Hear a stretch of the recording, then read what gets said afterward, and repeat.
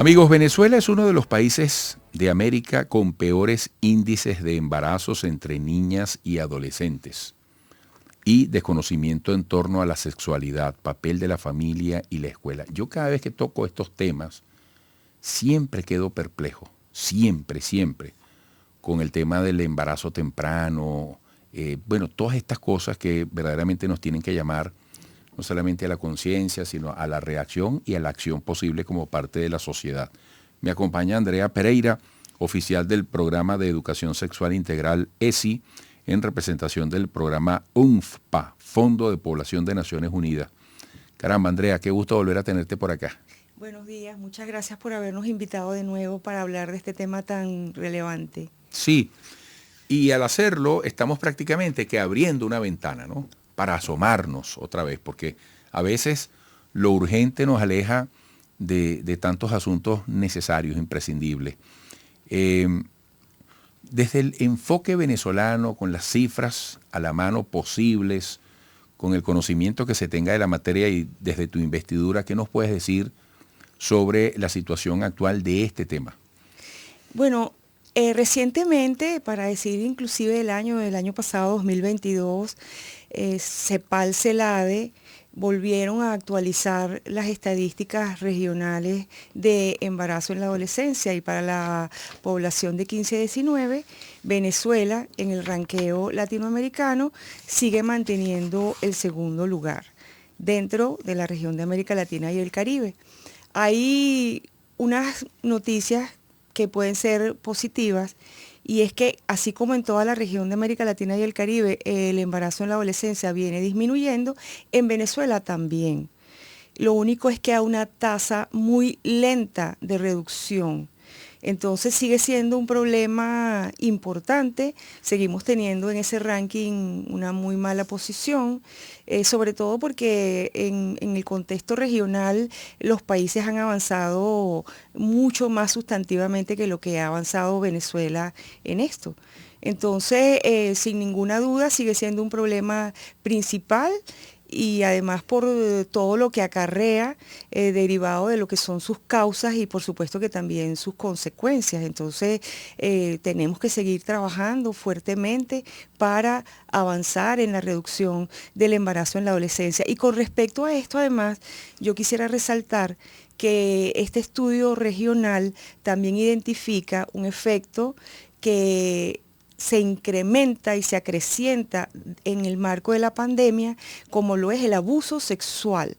Es decir, que derivado del abuso sexual, en términos de las tasas de fecundidad en la adolescencia, para ese grupo que son las niñas menores de 15 años, se ha puesto de manifiesto un incremento del embarazo en ese grupo de edad y está asociado directamente con el abuso sexual. Entonces, digamos que hay buenas noticias y malas noticias que siguen poniendo en el tapete el abordaje de esta problemática tan importante. ¿Cuál es la base, e incluyendo allí las instituciones, vamos a llamarlo los actores, las variables, que tienen que activarse para que seamos eficientes como sociedad en un tema donde evidentemente la familia juega un rol, las escuelas, las instituciones, la formación académica? Porque uno dice las escuelas por hablar de la temprana etapa, pero yo digo que cuando uno dice conozco a mi país, eso es muy discutible, porque tu país no es solamente el lugar donde tú estás, hay una diversidad, hay unos contrastes. ¿Cómo estamos en ese andamiaje? Bueno, estamos bastante bien. La primera cosa que hay que resaltar es que Venezuela cuenta con un plan actualizado de prevención del embarazo a temprana edad y en la adolescencia. Es un plan que ha sido desarrollado y consensuado entre las distintas instituciones nacionales que tienen que ver con el problema y está constituido por una cantidad de lineamientos estratégicos cuyas dimensiones abordan justamente lo que estás planteando.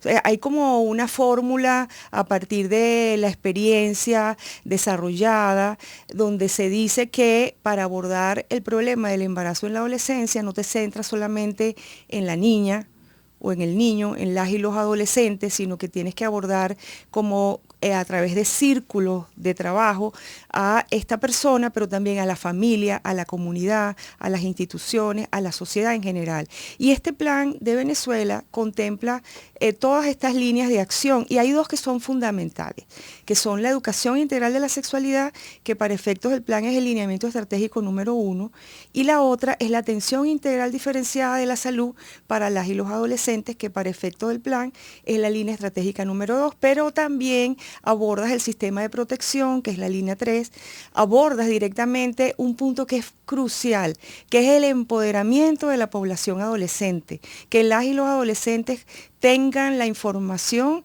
para tomar decisiones positivas sobre su salud, sobre la responsabilidad de la paternidad y la maternidad a temprana edad, sobre las buenas relaciones sociales, las relaciones humanas.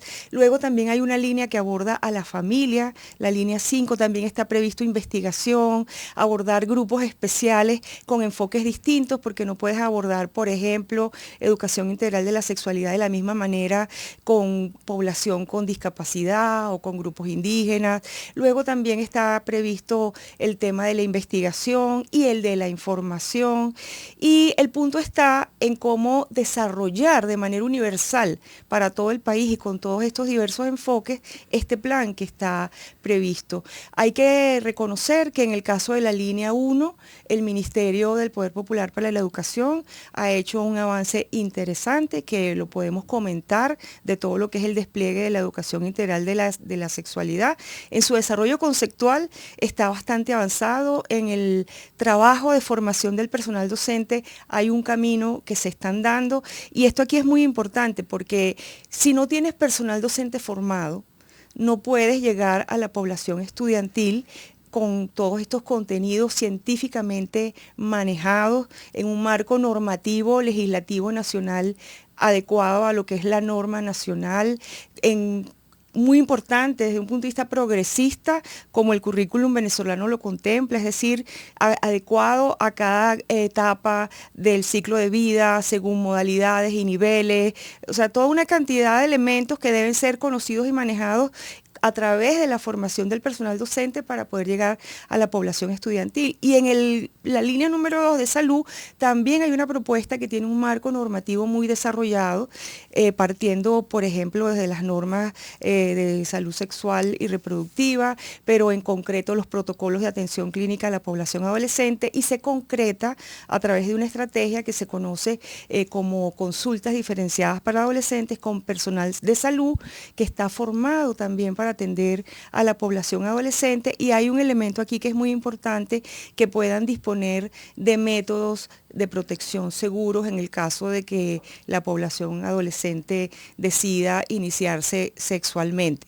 Entonces, bueno, hay como un conjunto de dimensiones de trabajo que están probadas, científicamente probadas, y que han demostrado la eficiencia, la eficacia, la efectividad de las propuestas de trabajo, y que en Venezuela están diseñadas y están en acción. Lo único que es lento, está siendo lento, y esto está asociado directamente, sin ninguna duda, a la disponibilidad de recursos para universalizar y masificar con un mayor alcance estas propuestas de trabajo. Mira, antes de pedirnos, a mí siempre me impacta, pero es bueno volver a ese punto. Cuando hablamos de embarazo a temprana edad, ¿a cuánta menor edad se puede dar un embarazo? Y sobre la base de la experiencia en Venezuela hoy. Sí, bueno, lo que determina la posibilidad de un embarazo es la ocurrencia de la menarquia, es decir, la primera regla de las niñas. Y digamos que hay como por la ocurrencia del fenómeno, y es lo que, digamos, determina el inicio de la adolescencia, que puede ser en promedio alrededor de los 10 años, ¿verdad? O sea que apenas ocurre la menarquia, puede ocurrir un embarazo. En Venezuela, el grupo de menores de 15, como en todas partes, es un grupo que es más pequeño con respecto a la ocurrencia del embarazo, pero ocurre, y efectivamente se identifican en las experiencias niñas muy chiquitas que se han desarrollado tempranamente y que pueden quedar embarazadas. E insisto, aquí hay un elemento central súper importante, que es el abuso sexual infantil, alrededor de lo cual nosotros nosotros deberíamos convocar a un acuerdo nacional para atacar este fenómeno tan terrible que afecta a las niñas en particular, pero a la población venezolana en general, ¿no? Entonces, esa relación a esa edad a la que tú te estás refiriendo, entre abuso sexual y embarazo adolescente, es muy cercana, y esa relación además entre abuso sexual y embarazo adolescente tiene que ver con la educación, con la formación en educación integral de la sexualidad, tiene que ver con valores sociales, con valores humanos, tiene que ver con un elemento clave que perseguimos, sobre todo cuando impulsamos la educación integral de la sexualidad, con la transformación de las normas sociales negativas de género. O sea, los niños, las niñas no se tocan, es un lema que se ha impulsado mucho y que debemos seguir empujando, y que está relacionado directamente con lo que estás manifestando del embarazo a muy temprana edad. Bueno, oye, muchísimas gracias, Andrea, por tus exhaustivas respuestas. Y llevarnos de nuevo a la conciencia y la profundidad de estos temas. Imagínate tú todo el fondo que esto tiene, muchísimas gracias, mucho éxito y siempre te esperamos pronto. Muchísimas gracias a ti, y bueno, esperamos seguir estando acá para que tu audiencia siga conociendo más de estos temas que trabajamos en el país. Así es. Andrea Pereira, oficial del Programa de Educación Sexual Integral ESI, en representación del programa UNFPA, que es el Fondo de Población de Naciones Unidas. Amigos, sigan allí.